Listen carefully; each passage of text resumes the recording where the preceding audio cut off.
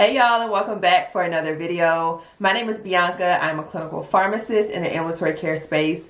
And in today's video, as you can see from the title, we are kind of doing a trip down memory lane, a 5+ year recap as a pharmacist, and just kind of sharing some things that I did mention in my very first video that I did on pharmacy and why I chose pharmacy over medicine.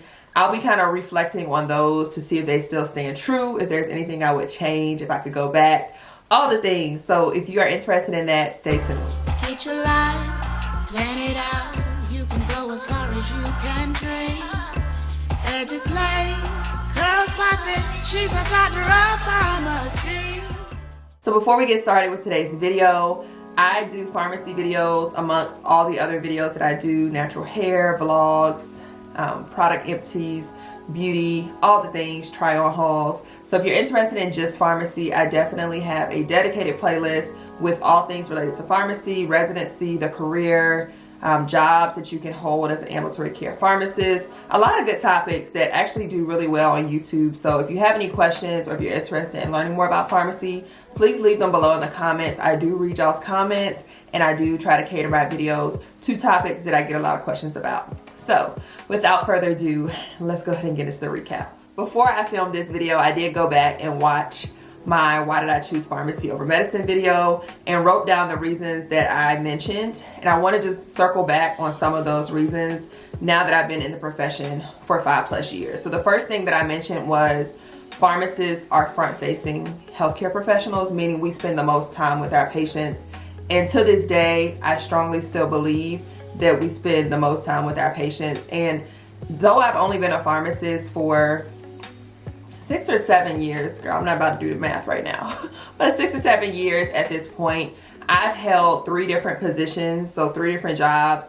And I've also been in residency for 2 years. So as a resident, if you don't know, you have a lot of experience in different clinics. So I kind of consider those my experience in those specific jobs, even though I didn't hold a job for a whole year, like 365 days, because the rotation blocks are 5 weeks each. But anywho, I feel like I have a lot of experience and I've been able to jump around or fit into different positions based on my skill set. So if you're in a position that you feel like you're very indecisive, me, but you know you want to help people, but you're like, I really don't know what I want to do, or I might get tired doing the same thing. Pharmacy, in my opinion, is a profession that is very catering to that, because you can literally go from job A to B and you don't have to go back for additional education. So that definitely still stands, and I'm grateful for that. The current job that I have now, I had no interest in doing coming out of school. Honestly, didn't really understand what it encompassed. And now being in that space, I'm like, oh, I love this. Like, and it just kind of opens my eyes up to what else is out there. You know what I mean? Like, what else am I missing out on, or what else can I tap into later down the road? So just to say that as far as a career, you're definitely in for a treat, and there's a lot of flexibility as far as going from job A to B without additional training. The second thing is I chose pharmacy over medicine because I don't like to see blood, wounds, infection. I don't want to see none of that. And to this day, my clinic will tell you, do not show me anything. Like, if a patient comes in, they have a wound that needs to be rewrapped. Listen, I tell the nurses, let me know when y'all finish, okay? I want no parts, okay? None at all. If I have to do a pill grid or talk to them about medicine, baby, let me go first, and then y'all can go in and do what y'all need to do. So that definitely still stands. As a pharmacist to date, I haven't had to.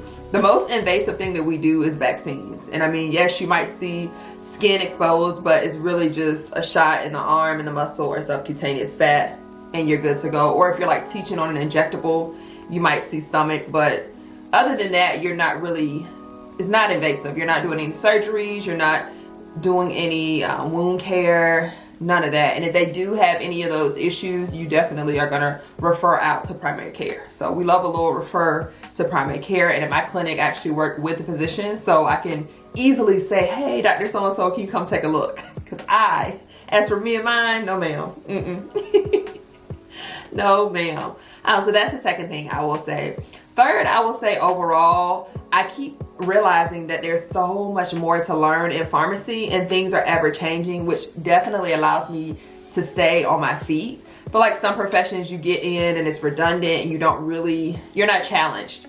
with my current role as a pharmacist in ambulatory care, I am challenged, I would say every week. Something new is coming up. There's guidelines that have been updated, so we're implementing the newest guidelines that are being recommended. So then that means I have to go back and research, read up on new studies. Like, I'm always learning, and I love that about a profession. I don't really like to be somewhere where I feel like I know it all. In my job currently, there's always room to learn, and I actually work with another pharmacist. So I personally love having, or not having rather, the final say. Like, I like to bounce ideas off of other healthcare professionals, including pharmacists, physicians, nurses. Like, I love that team interprofessional approach. And in ambulatory care, 9 times out of 10, maybe 8 out of 10, you're gonna be in an interprofessional work setting.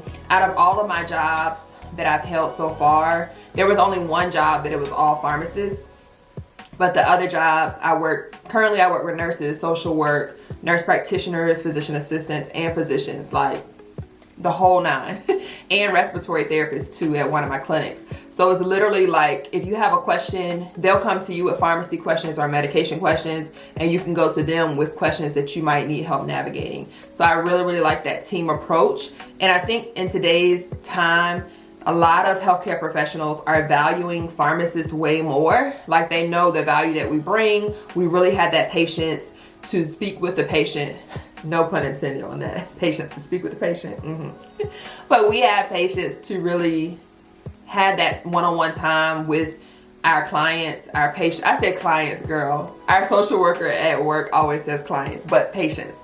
We had that time to really sit down and review medications, answer any questions about their diagnosis, especially like diabetes, heart failure, COPD, asthma. I see a lot of that, hypertension. I see a lot of that in my clinic, and you'll be surprised. Once you get in the field, you'll see, but a lot of people really just don't know. And so being that connect, especially with medication access, like a lot of patients are on expensive medicines and they had no idea that coupons exist. And I really think I'm going to find a way to share that information on TikTok. Just because as a pharmacist, I feel like, why would I gatekeep? You know what I mean? Like, that's not something that I want to hold back. It actually hurts my heart when patients come in and they tell me, yeah, like, I knew I really needed this medicine. I didn't want to die, or I didn't want to get more sick, and so I paid $700. And I'm like, oh no, we're calling the pharmacy today to get that refund. And so usually I'll find a $0 copay card to get them a refund, or a $10 copay, and they pay the difference. You know what I mean? Like, the pharmacy reimburses them or refunds them the remainder, because I don't play about that. I'm sorry, I don't even have $600 to drop on medicine. Like, for a 1-month supply? Are you for real? Like, yes, y'all, if you are in healthcare or if you have family members, you know, there's no lies told. Like, medicines are expensive, and as a pharmacist, I love really going out of the way to help patients get what they need. So, say all that to say, I have really, really been enjoying the profession so far. Pharmacy to me is really, it's a field that not a lot of people, I don't think it's what am I trying to say? I would say pharmacy is a profession that is still overlooked, although it's more valued internal, like with other healthcare professions. I think just as a whole, people don't really value their pharmacist. I remember doing a reel on Instagram sharing that pharmacists have their doctorate, and so many people didn't know that. So yes, pharmacists are doctors, and we bring a lot of value to the team. I always say, if you think about a pizza and then you think about healthcare, every member on the team is a slice, okay? So when you order a pizza, when you come in and you're sick and you need assistance, every single person is playing a role. Your nurses are getting your vitals, administering medications. The doctor and the pharmacist, I say doctor and pharmacist, but the physician and the pharmacist, because remember, we're both doctors. The physician and the pharmacist are working closely together. After the physician diagnoses and they want to start a medication, they might reach out to the pharmacist like, hey, does this need to be renally adjusted? Like, does the dose need to be changed because their kidney function is poor? This patient is really obese. Can we get a weight-based dose? This patient is 2 years old. Is it safe to use in them? This one can't swallow medicines. Can we crush it? Those are the kind of questions that you might get on an inpatient side, and also outpatient too. Or we're trying to treat versus we're preventing. Which dose should we do? So there's a lot of back and forth communication. And I think even as a patient going through the healthcare system, the front-facing person that you might see is your physician. You definitely are going to see a nurse, but the pharmacists really don't they're not on the forefront if you're inside of the hospital. My role outside of the hospital as an ambulatory care pharmacist, I am with my patients. Like, I'm face to face with my patients. A lot of them think I'm a nurse. Not even gonna hold you. When I walk in, I always say I'm the pharmacist, and then at the end I say again, I'm the pharmacist. Please let me know if you have any questions about your medicines. Because listen, one thing about me, I'm gonna let them know what my role is, what I do, and I'm gonna show them why they should value us, why they should trust and appreciate us. And a lot of times we have very detailed conversations before the provider comes in, just about anything. I mean, you'd be surprised what kind of questions we get. So definitely say all that to say, I definitely appreciate being a pharmacist, and I do not take it for granted at all. If I could go back in time, what would I change, if anything? And that's a great question. I think for me, what would I change? I might have done a more AM care heavy focused rotation or residency, excuse me, during my first year. Granted, my first year residency was labeled community, but we did get a good bit of ambulatory care. But I might have done one that was like similar to my PGY2, where I have heart failure exposure, anticoagulation, internal medicine, what else? Underserved clinic, like that whole ordeal with all the rotations. I probably would have done 2 residencies that were like that in different settings, just to get more exposure to the disease states. Coming out of residency, I feel like in life in general, you're ever learning, and pharmacy is definitely a profession where you're ever learning. So even after residency, even to this day, there are things that come up that either I haven't seen in 5 years, and so I'm really having to refresh my knowledge, or things that I haven't never used since graduation. And so if it comes up, it's like, ooh, I do remember that from 4th year. But that was like years ago. So I would say for me, maybe having a residency AM care focus for my first year and again in my 2nd year, probably I would do differently. However, I feel like I'm fine with what I got too. So I'm indifferent about that. But as far as like choosing pharmacy, I would choose it time and time again. Ambulatory care, 10 out of 10 recommend. And that's just for me. That's for me. Everybody, AM care is not for everyone. But if you love talking to patients, you love chronic disease state management, even specialty pharmacy too. Some clinics are specific to different disease states, but I'm so grateful to be in the position that I'm in now, where I see everything every day. Like, it's not just focused on one disease state. So a lot of times you might hear pharmacists say like, the market is saturated, I regret being a pharmacist. And I think a lot of that has to do with, if you're in a role that's redundant, I would too. Like, if I'm doing the same thing every day, I also would be like, all right, what's next?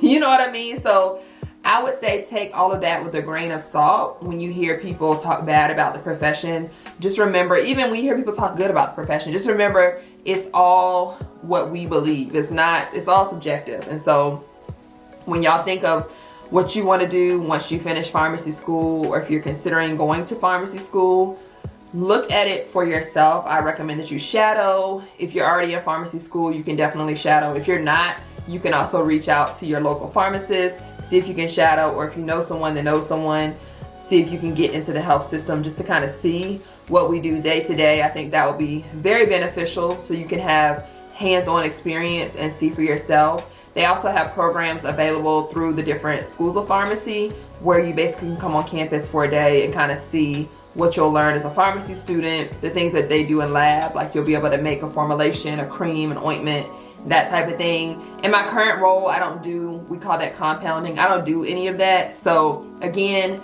take everything that you hear and see with a grain of salt, because you might come out and be a nuclear pharmacist. And don't ask me what they do, because I don't do that. You know what I mean? Like, there's so much to do in pharmacy. There's informatics, where you can work with IT and work behind the scenes. Like, there's no patient care directly involved. You're more on the behind, like with the technology. So you're looking in the EMRs, like the electronic medical records, and figuring out, okay, this medication displays as this, but as a pharmacist, I know that can be misleading, or that can lead to error. How can we go in and code this differently? That's a job. There's a job for anticoag pharmacists, where all you do is manage one medication and check one lab for the rest of your life. There's a job for diabetes educators as a pharmacist. All you do is manage diabetes, you know, so you get my gist. All of these professions are available for you. All the professions, all of these career paths within pharmacy are available. So definitely don't settle. Even once you get into a role, if you're currently working as a pharmacist and you're like, you want to pivot, there's somewhere for you to go. So if there are any professions out there where you have flexibility, pharmacy is definitely one of them. And then you do have the option to work alone, or you have the option to work with others. So it's not like you're very limited on the work environment that you choose. There are also remote positions, hybrid positions, full-time, in-person positions, part-time, like you name it, they have it. So definitely consider all of your options when you're thinking of pharmacy. And that's pretty much it. So overall, in summary, I love it here. I don't plan on going anywhere anytime soon. Again, if y'all have any questions about the profession that I haven't already done a video on, or I did a video, you're like, I really want to learn more, leave it in the comments below, especially if it's related to ambulatory care, because y'all know that's